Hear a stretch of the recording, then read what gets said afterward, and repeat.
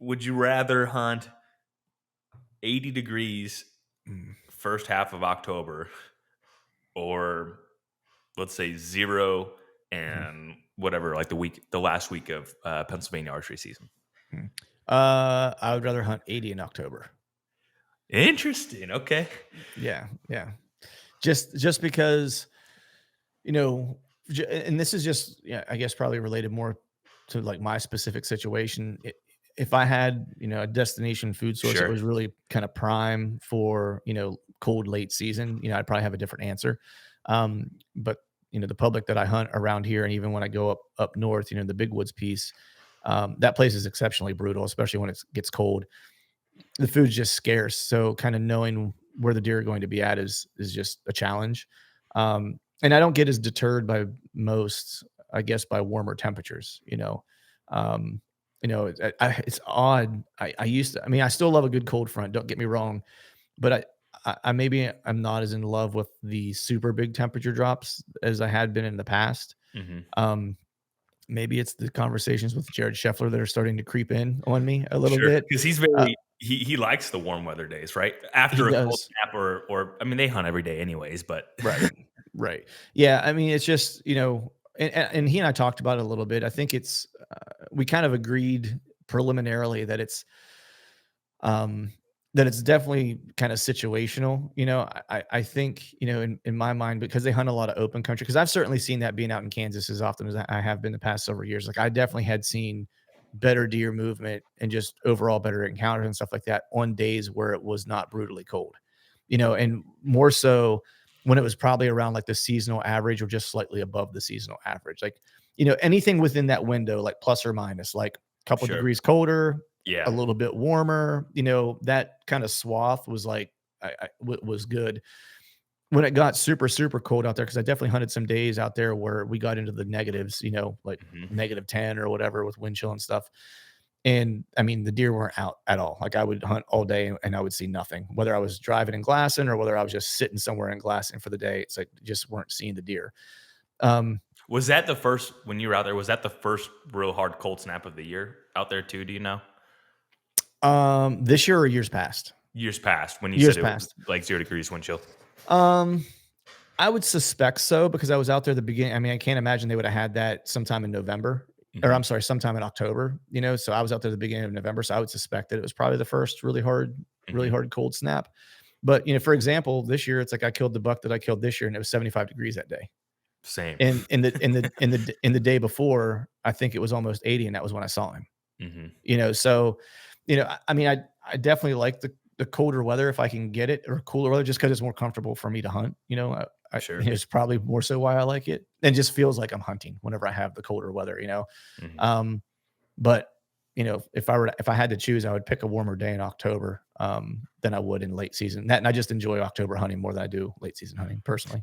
Yeah, late season's kind of interesting concept, and obviously for it's so different for everyone across the country too. Because you talk to a guy in the Midwest that does have a destination food source, a lot of really successful hunters, that's their favorite time of year because it feels Yeah. that you know they're finally, I'll just say, kind of back in control. I mean, obviously no one's in control, but it's the rut randomness has been removed, which a lot of those guys do not like. And now Mhm. it's I have food, I have cover, and it's a matter of time before I get an opportunity. One kind of just an odd question here for you on that north piece.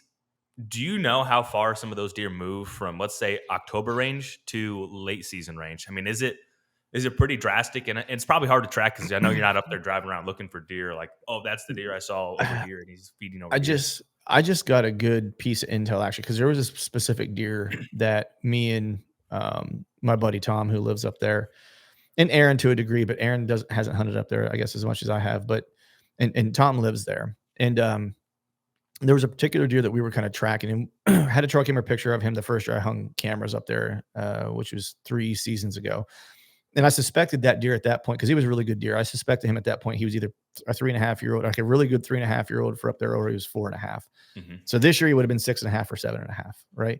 And get him all summer, and we would get him kind of in the October timeframe, a little less frequently, but usually at night. And so I knew last year we weren't 100% on him, or the years past we weren't 100% on him. And then last year I started getting some daylight pictures of him in a certain spots in October, and I was like, all right, I feel like we know where he's at. Well, he got killed this year. Like by Tom got a picture sent to him by a guy that he knows up there um, that killed him during gun season.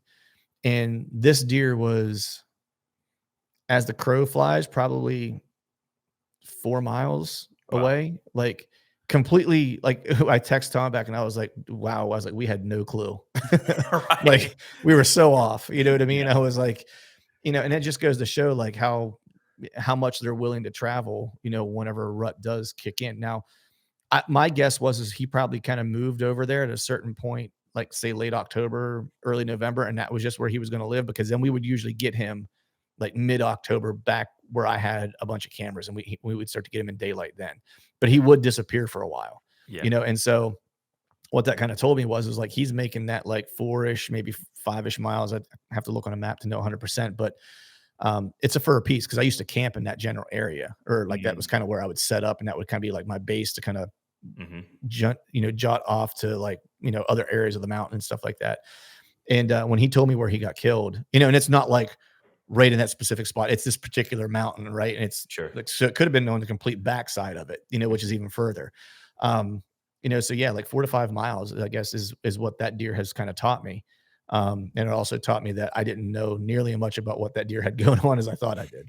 Yeah, that's funny how that works, and I think this is watching some of the GPS videos that that Dr. Bronson Strickland, their university, put out of the deer bouncing around, and I Mhm. ask myself, is that picture of that buck the one random dot that shows up once Yes. on that study, or is it one where it's like dee, and it's a ping pong ball going back and forth? And Yes. that's a question I ask myself quite often. Of okay, if it's the paddles going back and forth, that's probably one that you have a chance to hunt. The other one's just cool to know that he exists. But that's Yeah. and maybe it was similar to that where he's in there, and then those videos are just fascinating to me. Mhm. Yeah, I know. I love talking to him. He's probably one of my favorite people to talk to, and we'll text every now and then now, which is kind of cool to have someone like that you've kind of befriended who knows like, Literally, Dr. Deer. yeah, Dr. Deer. You know what I Yeah. mean? Um, and the thing for me that was, I guess it was two things that not shaped, but like that I try to keep in mind is one, what you're saying is that I probably don't know as much about them as I think that I do, or Sure. none of us do really, Yeah. right? We can get a good idea. But they have these little pockets of time where they're going to do something, that we don't kind of understand. But what you had said earlier about a lot of guys like that late season because they get back to that, like they feel like they're a little bit more in control, right? And I actually feel after kind of talking to Dr. Strickland that I actually have I have more control during the rut because they're bed more consistent during that time frame than they actually do any other time of the year, like be it late Which is season. such a Counterintuitive. Yeah. yeah, for what the general public Right. thinks. Right. And that was really it was that and so the other part for me that kind of becomes important to that and is really kind of how that deer got killed in Kansas this year was knowing that and then adding a visual element to it. Like to me, um, I used to not rely on visual a whole lot. Like I was primarily like a more of a northeasterner or east part of Midwest type of bow hunter where I'm going to go in and read hot sign and I'm going to set up on hot sign and I don't even really need to see the deer. I might have some trail camera pictures and I might think that deer's in the area or whatever, but I don't. I'm not often going to get a visual. Some guys can hunt it same deer year over year over year, and maybe they get a visual one year and they kind of get an understanding of what the deer's Sure. doing. But for me, it's like, with the gun pressure and stuff like that, like the chances of me having a deer year over that I can follow and watch and understand isn't really, odds aren't real high. It would be an anomaly in It reality. would be, yeah. Like that one I was just telling you about that I kind of now know like how he was traveling or whatever. It's like that is very much the exception and not the rule. Mhm. Um, and so what I've kind of learned from hunting places like Kansas is like, man, that visual component is just like critical. If you can add that visual in, that solves a lot of like it either proves or disproves a lot of your hypotheses about a deer or about what deer are doing. Right. 100%. And so it was kind of eye opening because I had that the previous years there, and this year it came to fruition. And then I kind of like sat back and thought about the hunt as all hunters do after they have a hunt, whether it's successful or not. Kind of go, well, what went right, what went wrong, and I was like, well, how did that deer actually get killed? And it was two things. It was that he was bedding consistent during November, and I had one visual of him, and that confirmed what I thought he was doing. Mhm. right? And I've always heard kind of like, not to, talk about, Jared again, but like he always harps on like, I got to have a visual. I got to have a visual. I got to have a visual. And that was the other thing I started noticing is I was talking to Joe Rentmeester and he and I did a podcast together and we got done recording and I said, man, I was like, you know what? I was like, it's funny. I was like, all the times that I heard you talk and that you and I have talked and texted and stuff like that. I was like, do you consider yourself to be a very visual hunter? And he's like, no, not really. And I was like, it's odd. I was like, because you mentioned getting a visual on the deer that you killed like 3 different times. I was like, you actually hunt a lot like someone who hunts plain states, but you're doing it in timbered areas. Right. And he was like, wow. He's like, I never thought of that. And I was like, yeah. I was like, every deer you just told me about, like you had a visual before you killed him, you Yeah. know? And so it kind of changed a little bit about how I think about what I actually need, because when you're hunting that time of year, like especially out there, it's like I don't really give two squirts about sign necessarily. Mhm. I want to see some rubs if they're fresh, but that just tells me there might be a good buck in the area. It doesn't necessarily say that's exactly where he is. But then I know that at that point, then it's like I want a visual. Yeah, so you pack up, you go to Kansas, and is Mhm. this the same area? Because was this the third trip you made to Kansas? Yeah, it's the third trip. Yep. Okay, so and was this an area that you've hunted in the past or something you're familiar with that at least Yeah. a basis of knowledge? Yeah. So the first year I went out, Chad and I went out together and we hunted, basically all over this particular unit. Chad killed, I think it was on the 11th that year. Um, and we kind of bebopped around a little bit and did some glass and he would glass and I would hunt and then we would kind of like compare notes. And then we just weren't seeing a lot of deer that year in general. So we ended up going to this other area, just kind of on a whim because the habitat looked good. We drove by it actually one night and saw like a really good buck kind of run across the road and then run by the truck as we were coming out. And it was actually when we drove through that area, we saw more deer in that area than we had seen like anywhere else on the entire trip, So that the entire 2 visual. weeks. Here we are, the The vi visual. the visual, yeah, we were like and it was even though it was at night, it was like, man, we saw, at least I think we might have saw another buck, driving through that evening, um, but a pile of does, and so we were like, "Well, that's more deer that we've seen in one congregated in one spot than we've seen the entire trip, so let's come back here tomorrow." And then we had a visual on like a 160-inch deer, couldn't get him killed. Oh, just did a thumbs up. We had Eh, balloons on yours and yeah, that's yeah. on this one. The, couldn't get him killed, and then, Chad had to leave, he was headed back home because he had some things he had to take care of at home, and so I ended up hunting there for, like, 2 more days after that, and I had a good encounter with, like, a deer that was probably, like, high 140s, maybe 150 inches. I went to full draw on. And so from there, it's like I kinda knew that I was in the right spot, right? Like, I knew that, like, there were good deer there were does there, the habitat felt right. And so then next year or last year, I went back and I only had, like, 6 days, I think. I spent the whole 6 days there, hunting, like, that general area, that piece in particular and, like, all the other pieces that kinda surrounded it. And I had an encounter with, a really good buck on the second day. I spent the first day glassing. The second day, um, I hunted in the morning and was headed up to this draw that Chad and I kind of watched this one particular area and knew that these bucks were cutting these does out and taking them to this one particular draw. And then there's like a bunch of CRP that kind of like is on the backside of this thing, and there's some CRP that was kind of to the north. And they would typically take these does and cut them out into those areas. And so we kind of observed that the year before. So I knew that this brushy draw was really where they like to be. And so I was kind of headed there in the morning and I saw a couple deer and threw some binos up and it took a little longer than that, but I had a good encounter with like a deer I was going to shoot at like whatever it was, like 8 o'clock. Um, and that deer kind of, and I'll tell this part of the story because it's very similar to what happened this year. I tried to snort wheeze him in and dude jumped out of his fur and took off. Really? And yeah, and he was like probably like a mid 130s 8 point, like good buck. Like I was going to kill him if I got the Mhm. chance. Sure. Um, and he took off like someone shot him. He was like, I'm out of here. And He's like, and played it that game didn't, before, or he's gonna yeah, get his butt yeah. killed. And it didn't dawn on me at the moment because I was just kind of like, huh, I was like, that's weird because usually in PA, it's like, 130-inch deer, like he's usually like the king of the block. You know what I mean? At Yeah. least in the area that I live in the North Piece, there's some that are bigger, certainly, but like around here, that's a damn good buck. Mhm. And, so I was like, huh, I was like, that's kind of weird, and didn't really think much of it. And then I'm headed to, headed to kind of go up the rest of the draw. And like, as I'm looking up, I just decided to look up in front of me. I saw some flicking of tails, which I thought were tails. And I was like, let me throw the binos on that real quick. And I saw two does. And I was like, huh, a couple does up there. I was like, well, I'm not going to go blow them out. I'm just going to probably sit here and wait and see what happens because, does in November, not a terrible thing. Right. So just kind of waiting. And then all of a sudden, as I had the glass on, I just see this rack come up out of nowhere. And I'm like, oh my God, I was like, that's a big deer, Uh-huh. and I watched that buck and I couldn't really tell how big he was. He was probably about 100 yards away. And I just saw him for like a second. And then he crossed this draw and he was over in like this like locust patch. And he was still behind, trees. And I knew he was big because I could tell he was just a big deer from that far away. I cracked the antlers together to try to get his attention. He obviously wasn't a commit. He had a girlfriend with him at the time. Mhm. And they just kind of walked away. Long story short is I blew an encounter on a good 8 point, like a couple of days later. Then the very last day of the hunt, I was within 20 yards of that deer for like 5 minutes. Like he was snort wheezing at me, carrying on. We got to the same spot at the same time in the dark. I was like, I'm going to beat him to the spot. He should be off his doe.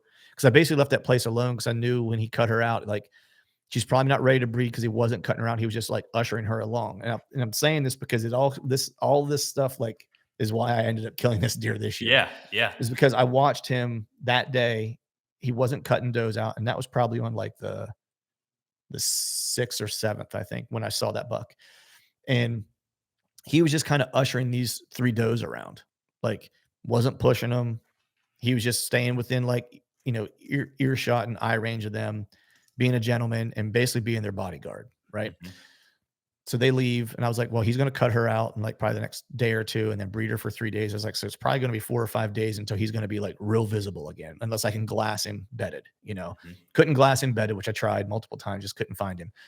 And so on the last day of the hunt, I was like, I'm going to go back into that same spot because he should be off that doe at this point, and I'm just going to beat him to the area he wants to cut a doe out to, and I'm going to wait for him. Got in super early, got to the area that I wanted to get to where I had like a tree picked out that was going to kind of tuck in under, and this is all open country. There's no trees to get into. So it's ghillie jacket and sitting in the CRP. Mhm. And as I kind of crested the edge of that draw, I hear a buck grunt to my right. And then I could see him like in the sky. He was skylit and I could see his rack being skylit. I'm like, oh my God, he's right there. Like he was literally like where I was trying to get to and just standing there. And there were 3 does with him. He was just hanging out. He's snort wheezing at this buck down here. Then he thinks I'm a buck. And long story short, I was within 20 yards of him for like 5 minutes and could not get him killed. One, I didn't have enough light early. And then 2, there was a bunch of saplings he was standing in that at the end I had enough light to put a pin on him and probably kill him, but I couldn't tell exactly where the saplings were. And I didn't want to have like a bad shot and, Yep. I can have a shit show ensue after that. Yep. So I just watched that deer walk out of my life. And I was leaving after the hunt that evening. And I got the full Kansas experience because he was running beside my truck at like 10 yards at full gallop, chasing a doe through the cut cornfield and just hauling. And you could see like mainframe 10 stickers and kickers like all over him. Right. So Mhm. I gauged him to be probably like 160 to maybe mid 170s is what I thought he probably was. Mhm. Right. Wow. So, and I say all that because I fast forward to this year, and I glassed the deer that I ended up killing in the same general area where that buck was at. And I watched him come out with a doe from this CRP area where I always knew what they were bedded, but I could never see them in there. Mhm. Like I know they're there. It's like the most frustrating thing because I know they're in there. I spend time picking it apart and I still can't see them, Yeah. And And in he came Kansas, out. it's not, Yeah. like the Yeah, location exactly. you can see. The and so he comes out, I ended up hunting this spot because the wind was wrong to hunt a different area and I was set up, and the wind kept shifting. So I kept moving and I was like, well, I'm probably not going to kill anything here. I was like, but at least I can see all the stuff I want to try to hunt tomorrow. And so I just glassed and saw a couple does and, right at kind of closing time, I saw 2 deer come out that were does, glassed around a little bit more, and then looked back at those does. They were about 8/10 of a mile away. And there was a deer that was with them that would just look like he was twice the size of them. And Mhm. I was like, all right, that's got to be a buck. And then another deer showed up, and that bigger deer ran off a smaller deer. And I was like, all right, well, those are definitely 2 bucks. And it was kind of overcast, so I couldn't see antlers or anything from that far away. Then all of a sudden, the sun kind of came out, and I could see the glistening off both their racks. And I was like, all right, there's 2 really good bucks there. I still didn't know how good at this point But what that told me, that the lessons from the earlier seasons and how calm that big buck was around those does and just kind of milling around with them, told me that that that doe wasn't ready to breed. He was just going to follow that doe around until she was, and she was leading the party. Mhm. And what we know about does is they want to bed where they like to bed, and they like to feed where they like to feed. And so if a coyote didn't bump them or another hunter, which I hadn't really seen any other hunters like in the area, like putting pressure on in this particular area, if all that stays the same, she's going to bed where she wants to bed during the day, and she's going to want to feed exactly where she fed. And I was like, that just got you killed, buddy. You just don't know it yet. I was like, Yeah. I'm going to kill him in that spot tomorrow. And that was my plan. And so a couple of things were like ringing in my mind, was like the encounter that I had the year before, and like the behavior that the mature deer was showing that time of year. Like they're not running deer hard. Like the 2 and 3 year olds certainly were acting fools, right? But the mature buck was just kind of like, I'm going to hang out with my girls, and then I'm going to defend off the puke bucks. And then when it's time, I'm going to go ahead. Then I'll get aggressive and cut her out. But I'm not going to do that until it's time. Mhm. And then the second one is the does like to bed where they like to bed. That buck is going to bed exactly where she is and not far off, and then just follow her. So she's really actually the one in charge until it's time to actually breed, right? Mhm. And the other part of it was, when Dr. Strickland and I were talking, I made a hypothesis. I was like, and he doesn't say for certain, right? Because he's a scientist. He wants data to back it up. I was like that consistent betting and during the rut. I was like, if you were a betting man, you know, would you bet an amount of money that mattered to you on the fact that that consistency of betting for bucks during that time of year is in real strong relationship to those bucks betting close to those they want to breed? He was like, yes. And so that was kind of in my mind too, where I was like, he's going to bed there too. Like he isn't going to be Mhm. bedded far from that, right? Mhm. So it was those three things that really kind of set that hunt up, which was like the visual element of it, seeing him, understanding the behavior from being out there previous years, knowing where they like to bed and where they want to be, and then just the nature of how bucks want to bed during that time of year, and in relationship to how consistent those typically are, regardless of the time of year it is. Mhm. Which is such an important thing, because I think some guys get a little demoralized when they're not in that situation right there, and they just think, it's random, nothing that makes sense. But Mhm. based off what I'm gathering is it as simple as this, finding where there's a congregation of does, or where does are feeding, or I mean, like, how do you make that even a little bit more linear to where for someone listening to remember next year? Right. Yeah. I mean, I'm not smart enough to figure much more out other than like in November, find the does and you got a good shot, especially Yeah, if you're traveling like out of state and you just don't have a ton of intimate knowledge. I mean, it's different if you have been able to spend a ton of time scouting a piece and sure. you have an intimate understanding of how deer like to travel, like the landscape beyond like a certain section or whatever, right? Then certainly you can, throw some other kind of tactics or some other tricks in your bag. But for me, on this piece, I didn't have anything else to go off of. And so it's probably was my saving grace was I didn't complicate it. I saw them do something. I'm going to, s- I'm going to just assume they're going to do the same thing that they've done before, and I'm going to use that intel, and I'm going to make my plan based off of that. Mhm. And that was kind of it. Well, I think that's such an important thing, because you mentioned not wanting to overcomplicate it, and I think sometimes by actually making that conscious decision to not overcomplicate it, you're probably going to be better off. And I think there's something to be said about that. Right. Well, I mean, I even think in overcomplicating it, it was funny because, Cameron and Trey and Lucas were all out there, hunting. We weren't hunting together, but they were in the same, within an hour of me essentially. Hmm.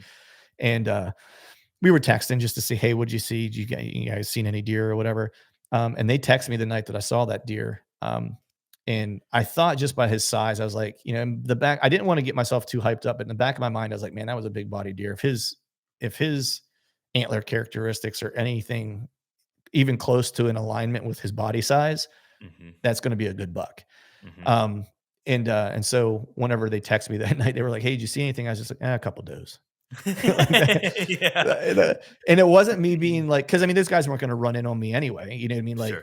they weren't. I wasn't worried about that. It was more so that I thought I had a really good deer, like a visual on a really good deer, um, and I didn't want to add any undue pressure on myself to try to kill that deer, Hmm. because of like how big I thought he was, and I didn't want other people knowing about it because I didn't want influence. I didn't want to talk about it. I didn't want Just suggestions, keep it simple, stupid. Yeah, we Yeah, don't I was need like, I we don't need 4 deer hunters to overanalyze this. right. I saw what he did. I'm pretty sure he's gonna do it again tomorrow, and if that happens, I'm gonna kill him. I don't need to make it any more complicated than that. I think the only person I said anything to is I think I text Chad just like one sentence. I don't even know if he texted me back that night. I just said, I just said, "I think I'm on a good one," and that was Mhm. it. Yeah. That was all that was said. I love that. That's fun. And so, I mean, okay, so now this is all, all said and done, and we know how it kind of ends, but what was your level of confidence going into the next day? 100%. Like, Woo! That's I a said to good feeling. myself I said to myself before when I saw him that that deer's dead, he doesn't know it yet. I'm gonna kill him Mhm. right there. That's And gotta feel excellent as a deer hunter. yeah, I mean, it was weird, like, it was funny because Cameron actually reminded me of this, but he was like, "Before you left," he's like, "You called your shot." He's like, we were talking about he was like, me, Cam, and Chad went out to lunch, and we were talking about it, and Chad or Cameron asked me, he's like, "How do you feel about headed out, or what's your plan?" I really think I'm gonna kill in the first 2 days. I was Mhm. like, "I'm gonna have a really good." I was like, "I don't know if I'm gonna actually kill something." I was like, "But I think I'm gonna have an opportunity to kill something, either the 6th or the 7th." Mhm. And I ended up killing him on the 7th. It's amazing. What made you say that though when you were having lunch? Just what all the really good encounters that I had the year prior with that big deer, Mhm. was on the 6th, I think, 6th or 7th. Might have been the 7th. Um, yeah, the first one would have been the 6th, I believe. And just those couple days in that particular area, even though I didn't hunt that specific spot the first year, those dates were like whenever I saw the most, like I had the most visuals on good deer. Mhm. Like were those 2 dates. And it's actually 2 dates that Jared gave me. Mhm. Jared gave Chad and I when we were headed out there. It was like the 6th and 7th. He's like, are the days to hunt. He's like, if you hunt no other days, like make sure you're there to hunt those 2 days, Yeah. you know, and it held true. And so just watching what they had done the year prior and stuff like that, and just the activity in that on that general piece those 2 days the year prior, I knew that like I would get a visual on something and be able to make a plan, whether or not an arrow got released or Sure. not. Deer can do a lot of deer things that keep that from happening, but I felt like I knew enough of what was happening that I could put myself in the right spot to have a good encounter. Is what my thinking was. Isn't that fascinating that no matter, because there's a lot of people that weather obviously makes an impact on deer movement. There's no Mhm, argument about that. But for instance, the 6th and 7th this year was really hot, and I mhm, I know of who shot a booner on the 7th. I knew another local booner that got shot on the 7th. I know another booner that got hit by a car on the 7th, and mhm, so it's crazy how that look. Someone you could honestly just plan a trip around the 6th or 7th, and if we get good weather, that's a huge multiplier for this mhm, magical timeline. But if not, you're still, in the game, especially for someone like yourself that had some intel, laid eyes on it, and was able to make a play on one of those magical days. I think there's maybe a level of, if you feel like you're not in the game on one of those days, mhm. it can feel pretty crappy. But Yeah. if you're in the game on one of those days, man, what a magical time to be chasing deer. Yeah, 100%, man. I mean, it's funny too because I had when I went to bed that night, like, I was thinking that I was gonna kill that deer the next day. I went into a spot and hunted in the morning as, like, not a throwaway. I was in that general area because I was like, "Maybe if I can catch him slipping back to bed, then awesome," you know? But I wasn't gonna press it necessarily, Sure. and, I saw, 2 good bucks that morning. Well, 1 actually 2 good bucks, yeah, because I saw one really early in the morning. I could see his rack, and it might have been him. Like, Hmm. he was probably 20 yards from me, and it was just dark enough to where I could see he had bone, but I Hmm. couldn't tell how much, and I certainly couldn't shoot at that point, so I just had to play it cool and just sit there, you know? And then going back to the, year prior when I had that 130-inch 8 point that kinda spooked whenever I snort wheezed at him. So, this was kinda like not the nail in the coffin, but this is when I kinda thought I started kinda getting a good feel of, like, what caliber of deer I might be hunting. Hmm. Was there was after that buck I saw that morning, there was one on the opposite side of this draw that was skylit walking down. It's not really a ridge line, but walking down the CRP, but he's skylit. And yeah, through the glass on him, he was like a 130-ish inch 8 point. He came from the general area where I had seen them the night before. I had assumed that that was probably the same buck that bigger deer had run off the night before when I had glassed them. And I let him just get kind of out of eye range and just did some rattling, not like I'm trying to kill you, but just get his attention. And he was maybe Mhm. like 125 yards away. And I touched the antlers together, dude, and he took off like someone shot him. Like he was like, Interesting. I'm out of here. And Mhm. so immediately I had played that game the year before. Like I was like, I saw the same exact thing happen. I was like, that's a good buck. I was like, he's probably 130-ish inch, 3.5-year old, right? Cam ended up seeing him a couple days later. He was like mid 130s. I was like, for him to get run off, I was like, must be a decent buck in here, And so Yeah. then I went like, all right, he's probably like a 150-ish because the body size was that much, bigger. Clearly, it was an older deer, so he's probably in the 50s. Was what my kind of thinking was.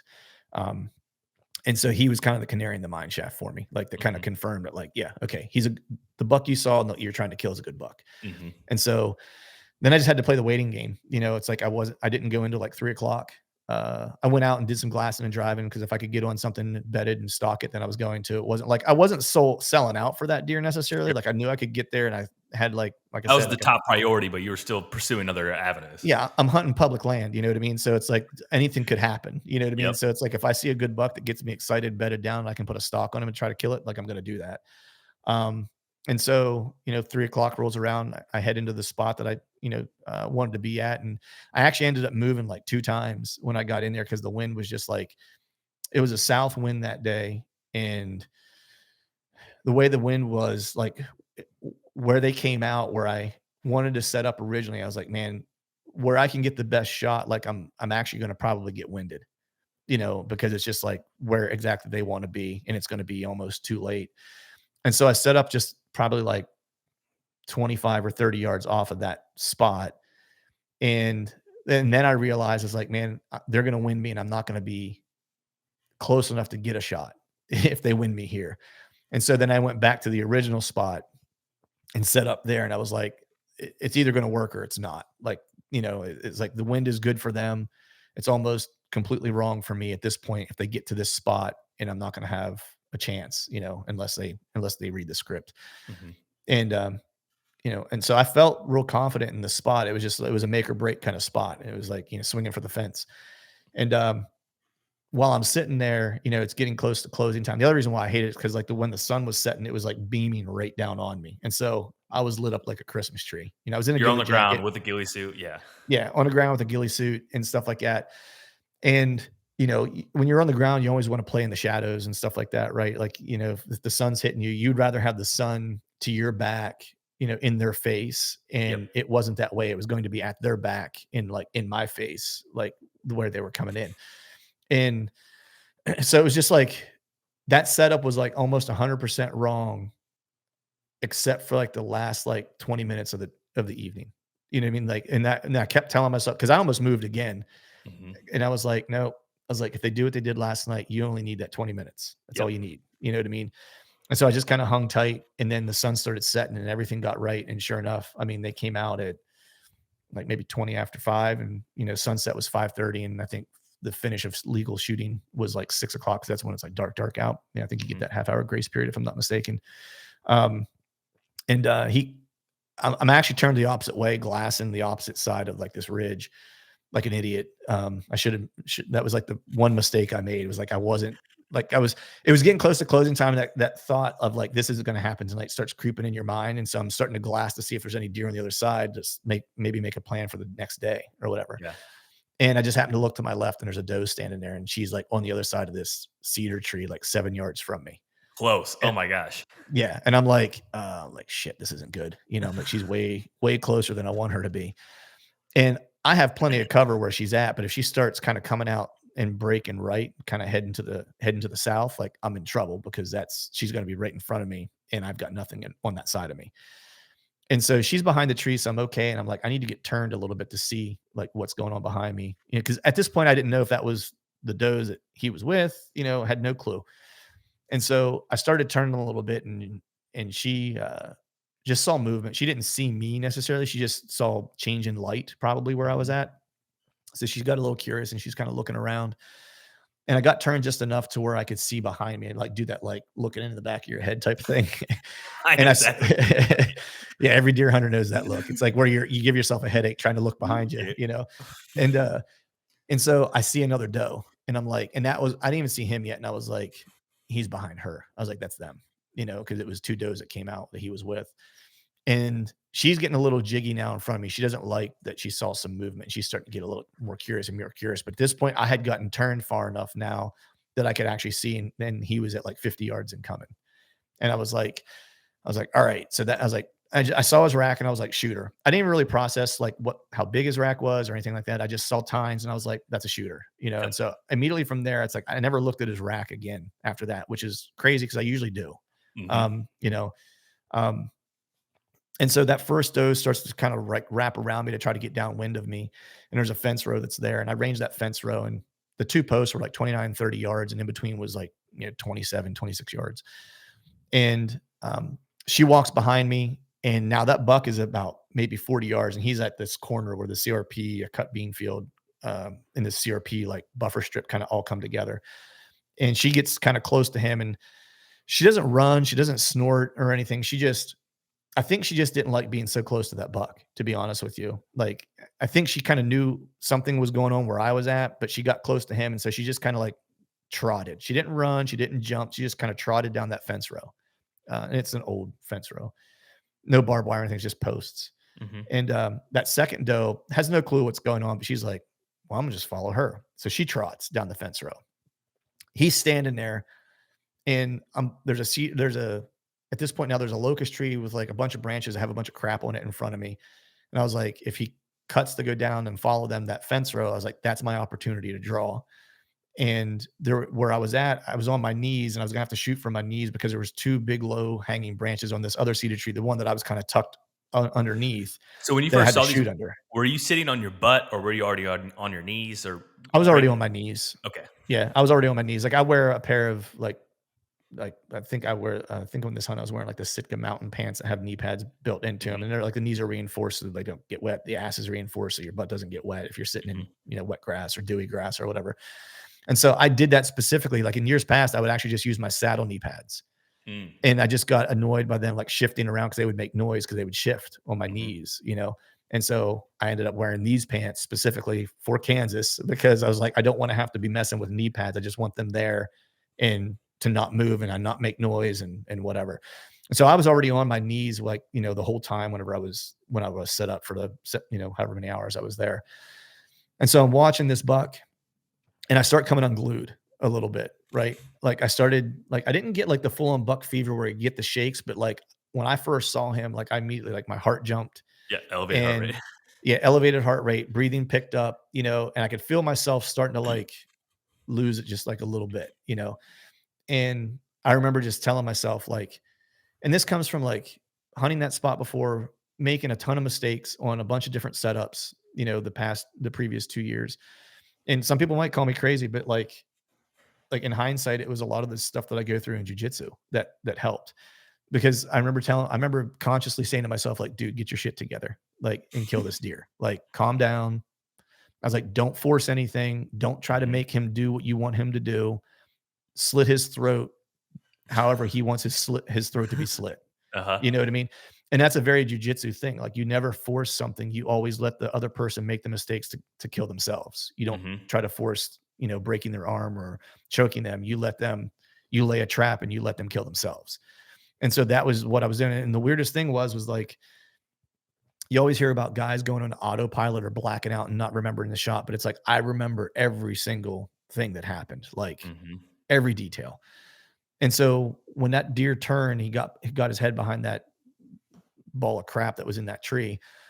I drew, he started coming down the fence line. I mouth bleeded him and he was giving me like a perfect broadside shot. Like, I mean, you couldn't ask for a better a better shot. Mhm. I mouth bleeded him, and that's exactly whenever I was dropping milkweed where my scent was going. And he hit my scent trail the same time I mouth bleeded him. Mhm. Because like I've mouth bleeded deer before, and they'll usually just kind of like turn their head, right? Even that time of year, sometimes you gotta like yell at them, Yeah. right? You Yep. know what I mean? Like they won't stop. I mouth bleeded him like a normal mouth bleed, and he hit my scent trail at the same time. And he not just only turned his head, but he turned his whole body toward me, like his shoulders and everything. Like he was like, you could tell he was like, "Oh shit," That you know? same exact thing happened to the deer I shot in Illinois. The same Yeah, exact thing. You're like, what? yeah, You catches you way off guard. What? yeah. And so it was in so I had the pin floating like, center mass of his vitals, to let it eat. And it was like, you couldn't ask for a better shot. And so now all of a sudden, it's like I have not a hard quartering tube, but like a not your ideal shot, Yeah. And I just moved it from center mass where I had it and I put it on his front shoulder and I let it float. I took my time, pulled my shot through, and I just watched the arrow bury Mhm. and hit him in that front side shoulder. He wheeled and kicked, took like 3 big jumps out into this cut bean field and landed on his face, jumped up, took 2 big jumps, landed on his face again, jumped up, took 2 big jumps and was in the CRP and I didn't see him again. And so when I let the arrow go, I was like, that's a dead deer. I was like, that's a smoke show. But then after watching him jump and the way he was landing and stuff like that, like immediately like doubt starts to creep in your mind. I'm like, oh my God, did I break both of his legs? Mhm. Because the buck that I shot in Pennsylvania a couple of weeks before front shoulder, but I heart shot him. But the way it hit him, like it broke his leg, like going through the shoulder, and then it came out low and broke the lower part of his leg, of his offside Mm. leg. Mhm. And so I was like, did I just hit him low and break both legs? Is that I'm like, that's kind of like my initial thinking. And this is at like 5:20, so I don't have, a whole lot of light left and I don't want to push the deer. And so I was like, all right, just chill out, sit here for a little bit. So kind of sat there, for probably like let's just call it 15 minutes or whatever, And so we're just a little after 5:30ish. And I was like, all right, I don't have a whole lot of time. It's going to start to get dark in the not so distant future.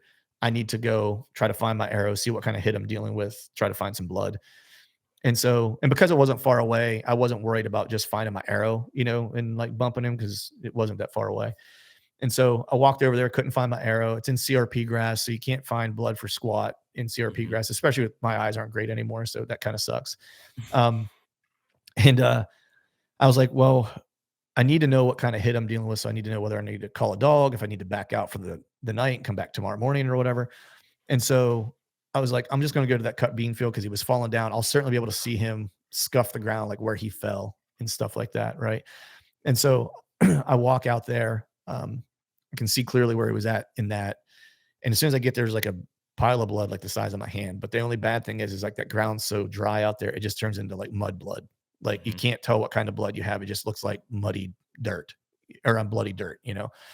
And so I followed that over to where he went, where I last saw him jump into the CRP because I never saw him again. And Mhm. it's like a big CRP draw. And so it's like in my mind, like he could have hopped over this like little embankment and then I just would have never saw him again. Like Mhm. he could have kept moving.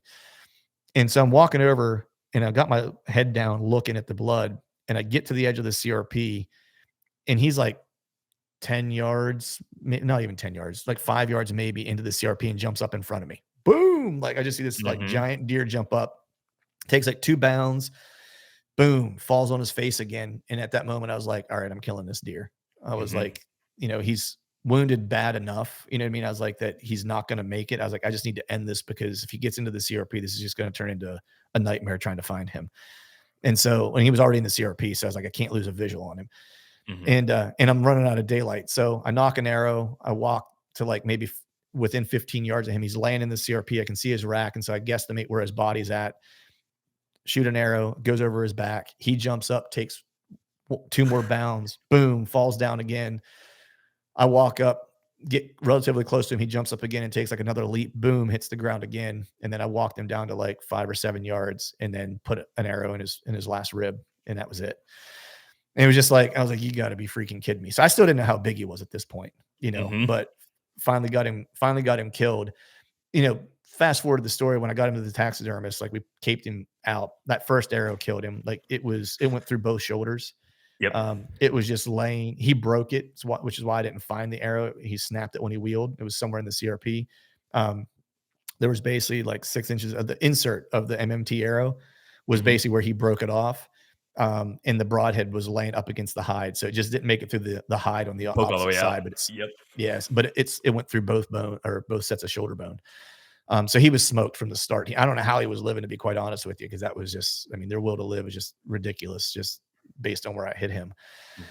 Mhm. Text train the guys, they came out, they drove an hour and they asked me like, how big is he? And I was like, I don't know, man. He's like 140 inches, maybe 170. I don't know. Like, I'm just like out of my mind, like, just super stoked to kill that deer and how it all kind of played out. And that was my goal, was to kill one on the ground Mhm. out there. And they get out there and, they're walking up on him. And I think it was Trey was like, Campbell, what'd you do? He's like, we're 60 yards away and you can see like the rack like glistening in like our headlamps or whatever. He's like, dude, that's a big deer. And I'm like, and Trey's like, man, I think he's in the 50s. And I'm like, yeah, maybe. I was like, I was thinking maybe high 40s, maybe 50s. And I get him gutted. And, those guys, Lucas was awesome. He came out and took some pictures that were awesome. And then we got him back to the truck. And when we got back there, Trey's like, man, he's like, every time I look at this deer, he looks bigger. He's like, I think he's in the 60s, and I'm like, I was like, he might be, So anyway, I get him taken care of like the next day at the meat processor and took him to a taxidermist and finally got him measured.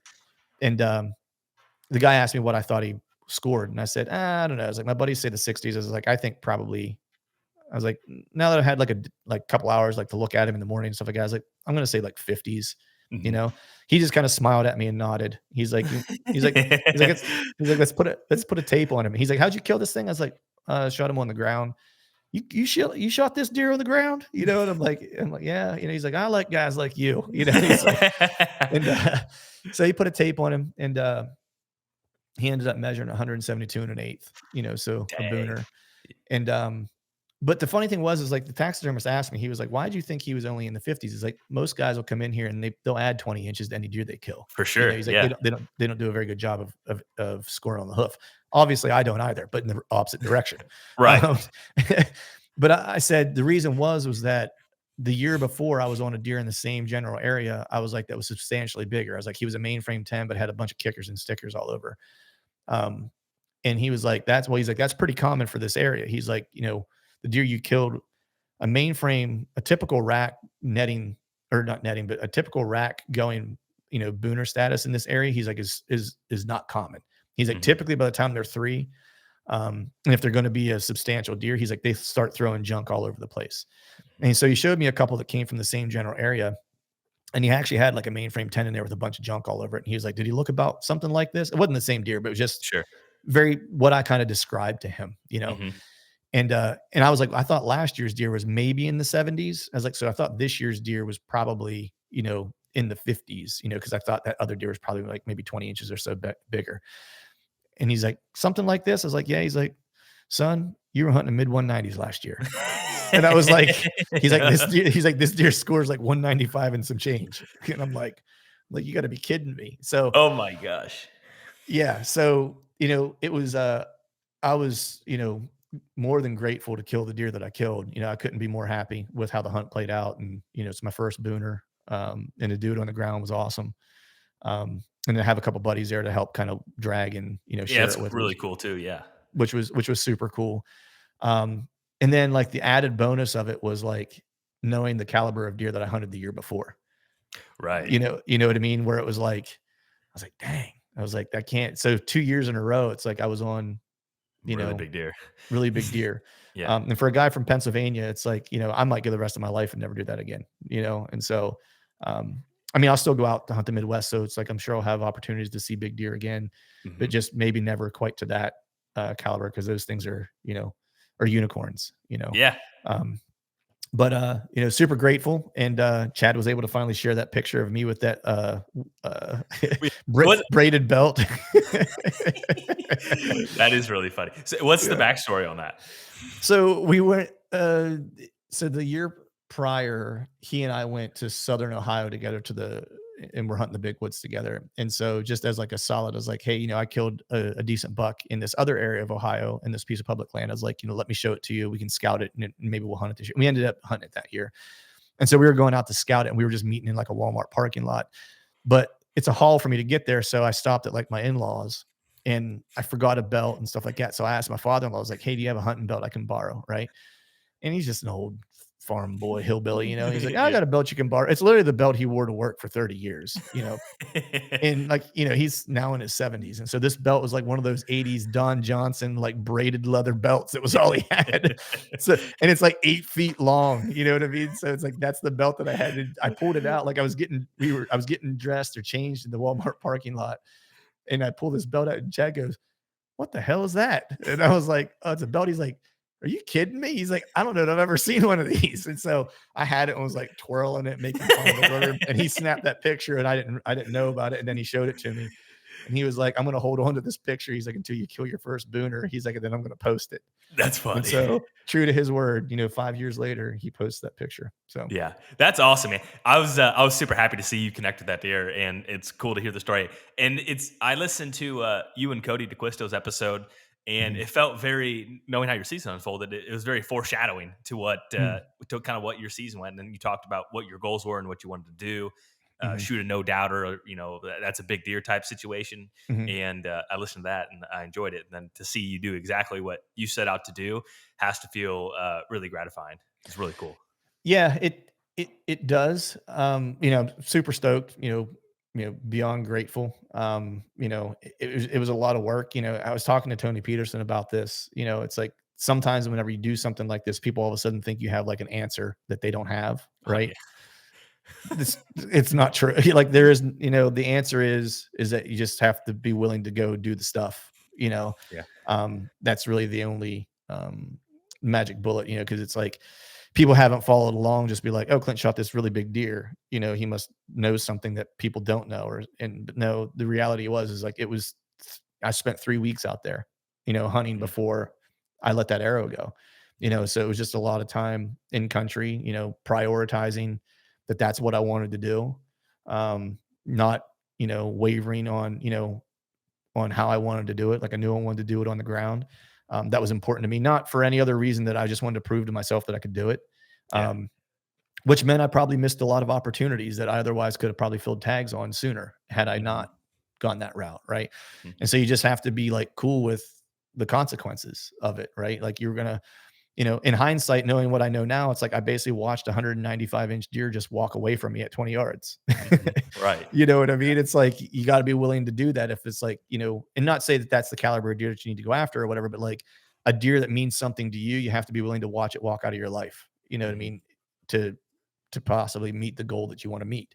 And I was just willing to do that. Like if it didn't happen this year, like I was going to try to go back next year. mhm, Like that's just all there was to it. mhm. And so, and similarly, it's like I want to kill a bull. I want to kill one now. It's like I've gotten like an affinity for a certain part of Idaho that my buddy lives in. It's really hard to hunt. It's not the best bull unit or not the best elk unit in the world. I was just talking to him last night. I'm planning to go back out and I'll probably hunt that spot in Idaho until I kill a bull there.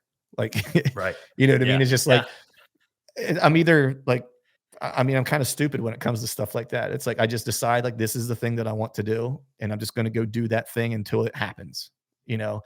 And I don't, I think I said in my social post, it's like I've never been naturally gifted great at anything or lucky. I've always Mhm. just had to be persistent and and have like a no quit kind of approach to reach my Which goals. is a skill You in know? itself, though, in reality, in my mind. Right. Yeah. Yeah. No, it totally is. Like you've got to be willing to go through some of the pain. You know what I mean? Like there's pain along the way with anything that you want to do that you deem cool or worthy of your time or whatever. And there's going to be like moments of it being very uncomfortable, right? Like just give you an example, right? It's like I run a hunting podcast. There was a certain way I wanted to kill a deer in Pennsylvania the past couple of years too, and it's like, and I got beat in the same spot for 2 seasons, and so the pain of it is that I went probably 4 years without filling a tag, Mhm. without filling a buck tag. A lot of close encounters, a lot of opportunities that I just passed, or something got screwed up, whether the deer didn't do what I needed to do, or whether I screwed the situation up, or whatever.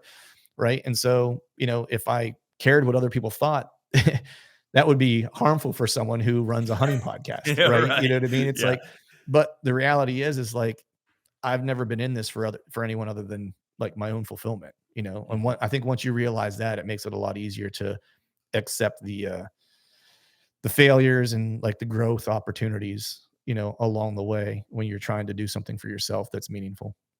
Yeah, and I think, and maybe I'll be curious on your perspective on this, but Mhm. I feel a lot of guys that start a podcast, it's Mhm. because they want to learn so bad. They're Mhm. like, just give me the ball and I'm gonna go figure it out and talk to the people that I want to learn from. And I think Right. that's a really unique situation. And I think Yeah. there's I don't I'm sure there's some podcasts out there that guys start it because they think that, they're an exceptional hunter, and they probably are. But I Right. think a lot of guys that start something like that, it's just their own journey of trying to learn whatever they're trying to figure out, that maybe they can't find the answers they want to, so they're going to go get the information that they want to. Right, and that was exactly how the Truth from a Stand podcast started. It was like I wanted to be a better deer hunter, and I wanted to talk to guys who were better than me. And so it was more of like my own personal journey of education and being better at this. Um, and then along the way, I've morphed a little bit as far as like the type of hunting that I like. And kind of went through these different phases of feeling like you have to have all the answers. And so now it's like, I don't have any of them, to be honest with you. You know what I mean? Like, Yeah. I mean, it's just if anyone says that they do, it's like they're probably lying to you, or they ain't done it long enough if they think they Yeah. have all of them.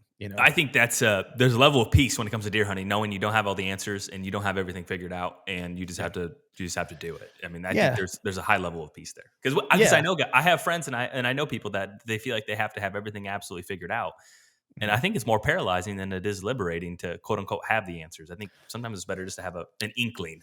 Yeah, that I would 100% agree with you, and I think that, so this year really was kinda like the year of kinda long-term data for me, like, because I had some time in country for the Huge, yeah. Kansas kill, right? And I had 3 years of intel on the spot that I killed in Pennsylvania 3 weeks prior to that I used. I didn't pull any trail camera cards this year, like, Hmm. so I had no clue what was in the spot that I was hunting in Pennsylvania. Now I'll pull all the cards here in the off season, I'll look at them, that'll help me kind of formulate my plan for this year. But it was a little bit liberating to not be getting the real time data necessarily, you Mm. know, um, only because, you know, it would sometimes influence me in a negative way of what I already kind of knew. Cause you get one little piece of information, then you'll allow that to unravel the 3 years of information that you already know to be true. Hmm. Right. Cause this one little piece of information maybe is what you want it to be, but it's only one data point. Right. Hmm. And so I've learned to kind of like use my trail cameras in a way that it allows me to build like a long-term understanding of a place or of the deer in a place, and not so much let like the in the moment kind of intel influence what is already a very long kind of history of information that is like, non-refutable, if you will, Hmm. right? Hmm. And then when you go to a place like Kansas, it's like, obviously they passed, laws and stuff. You can't run any cameras on WeHa or public or anything like that. So that's not even an option there. And so you are really just relying on glassing, hunting, and using your intuition, Hmm. and so it makes it, there's a freedom in that for sure.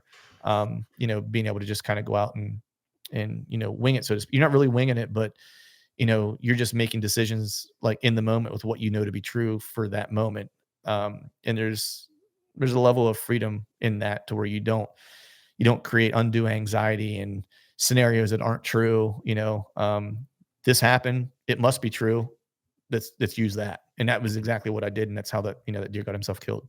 Yeah, yeah, that's really cool, and I think that's a really good way to say it. I'll be curious in the long term impact of not being able to run cameras on Kansas public, Mhm. of what that. I'll just be curious what that looks like. Yeah, I will be too. I would say the first thing that's gonna happen, it's already kind of happened to me, and people say it's positive or negative, but there's a guy from Tennessee that I met there last year. He was kind of following along because he knew I like to go out there, and so he messaged me, said, congratulations and that stuff. But he was going out with his boys for gun season this year, and so he was just like, hey, he's like, what kind of intel you got on the piece? He's like, what's the deer look like? Like good deer out there? You seen a lot of deer? And so I think you just I think it makes it for places like that. I think it makes it that much more important that you have a good network of dudes that you work with, that maybe you all hunt a similar area and that you don't mind sharing intel with, and that you're respectful for each other and, don't Mhm. step on each other's toes and stuff like that. Right. I think that that's like, to me, that's the only way you can combat it. Right. Like you still need the intel, whether you're there or not, to gather it. And so now your community or your network becomes that much more important. Yeah, that's a good way to say it. And I think, yeah, it'll just be interesting to see what the age class, whether it gets better or worse, or Mhm. it'll just be really interesting to see, because I mean, for recent memory, this is kind of uncharted territory. With the Mhm. Pandora's box was open, and now they slammed it back shut. So Right, it'll yeah, be I mean, curious. I would say if I had to guess on that, like, I think unfortunately, and I hope that I'm wrong, but I would guess that it would have a negative impact on age class because I think guys that maybe if they knew there was a 160-inch 4-year-old, Mhm. in the area that they're hunting would pass that, 135 3-year-old, for a hopes of killing the 160, Um, because just talking to some of the locals, I think that's probably like their biggest beef out there. Like I ran into a couple people that were like, "Hey, that's awesome deer, blah blah blah," and or like, just saying things like, a lot of guys that come from your area or whatever, don't often see 130-inch deer and they'll shoot the first 130-inch deer, 125-inch deer they see, Mhm.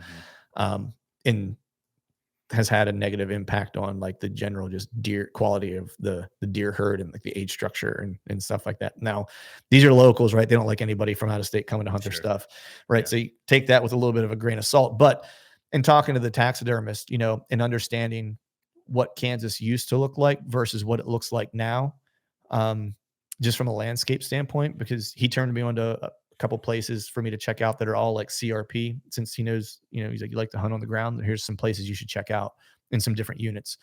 And then he showed me 3 deer that were from the one spot he told me about. And they were like, the smallest one was, I think, 190 something. And the biggest one he showed me was like 216. Wow. And they were all from the same piece, or same general area. Mhm. And, what he said was like, this area looks like what Kansas used to look like before the commodities boom. He said, CRP grows giants. He's like, and it used to be, if you go back 30 years or whatever, you get into like the 90s, 80s and 90s. He was like, there's just CRP everywhere. He's like, and it wasn't uncommon for people to frequently shoot 190, 200-inch deer. He's like, there's still, very, very unique deer. Don't get me wrong. He's like, but the number of like mega giants that would come out of Kansas in general was just like unbelievable, Mm. right? He's like, you fast forward to now, he's like, the commodities boom. They took a lot of that CRP and turned it into corn and beans for obvious reasons, for to make some money. He was like, and he's like, you might come from out of state, and he's like, and you see some big deer, and it seems great, He's like, but for people like for like him, like he grew up there. That's like born and raised, right? Yeah. He's like, what we have now can't hold a candle to what it was then. He's like, it's not even close. He's like, it's Yeah. not even the same, It's crazy. not even playing the same game. Not that we're not even in the same ballpark. He's like, you're not even playing the same sport, Mhm. you know? And which was interesting to hear, right? Because I didn't have that perspective. Um, and then to think about the trail cameras and unintended consequences might be that people who are on short time, you know, wanting something to put on their wall and to fill a tag, might be more inclined to shoot something that they otherwise wouldn't shoot if they knew that there was something better that was around. Mhm. Yeah. There's a couple thoughts that come to that. The first one for that one is I think a lot of guys would probably shoot whatever the first one of those two that come by in reality. Right.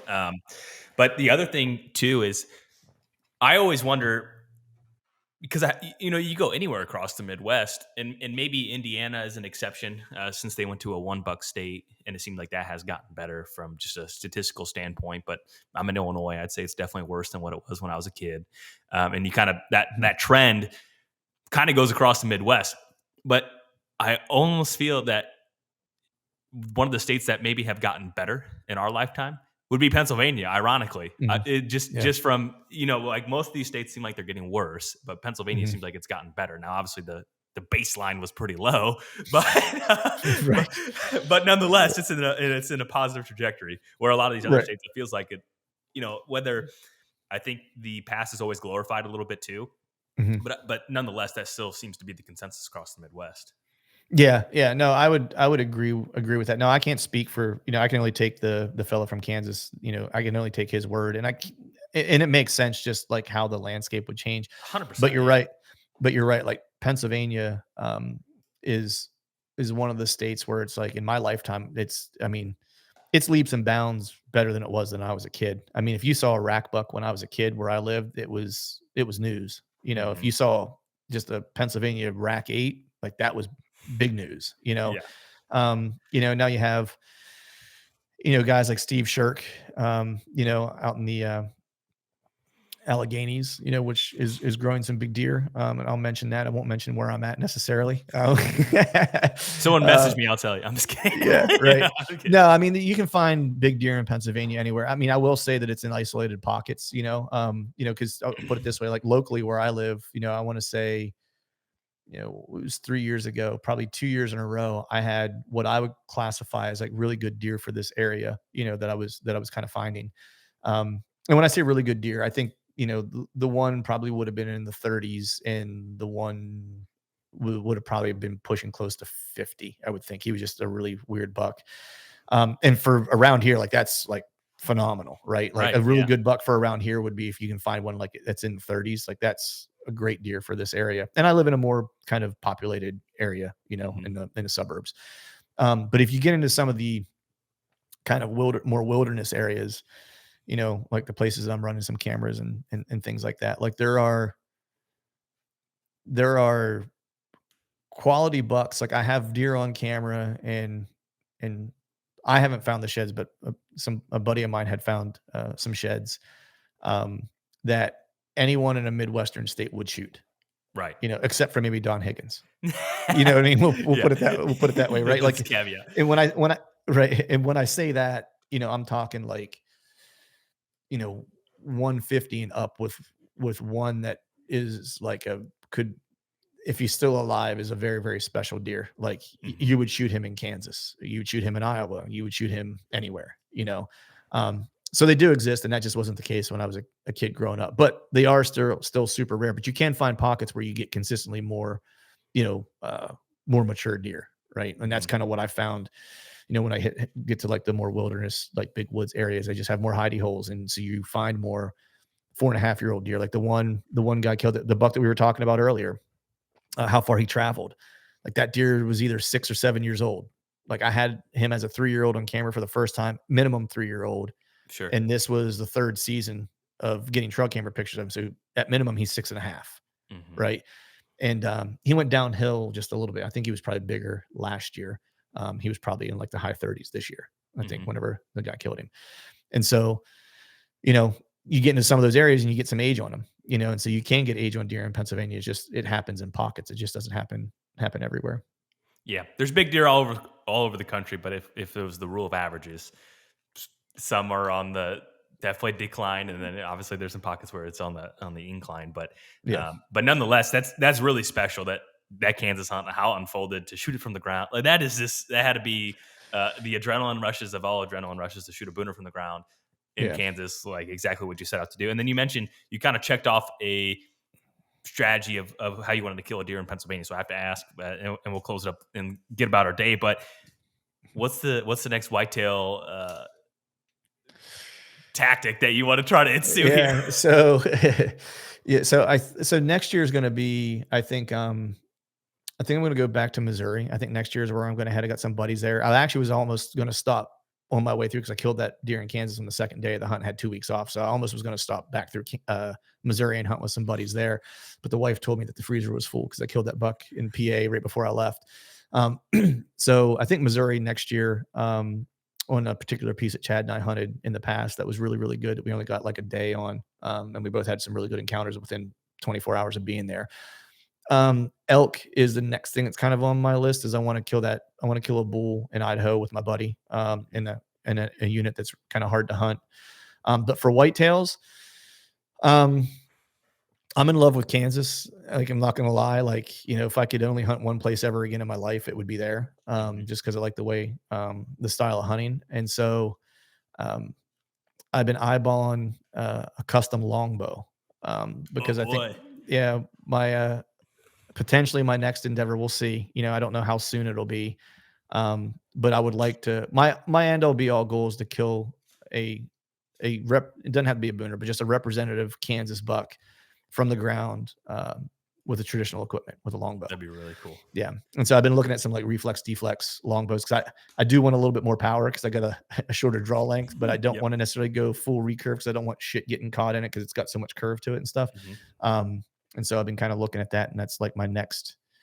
I think that's my next goal. Um, but I got to be mentally prepared for that. That's a whole different battle. So 100%. No. yeah. Well, congratulations. I'm super happy for you. And where can people, because I know you recorded an episode as well, so I'm sure that one was a Mhm. little bit more in detail to what we discussed, but where can people find what you have going on? Yeah, podcast anywhere you find podcasts. It's just truth from the stand. YouTube channel, a bunch of podcasts are up on that. If you want to watch some video podcasts, the website is just truthfromthestand.com. And I want to say the episode that Cameron interviewed me for that one on my show, about the Kansas hunt. I think that's episode 363, if I'm not mistaken. Excellent. Yeah. Go check that out and appreciate your time and congratulations once again. Thanks, buddy. I appreciate you.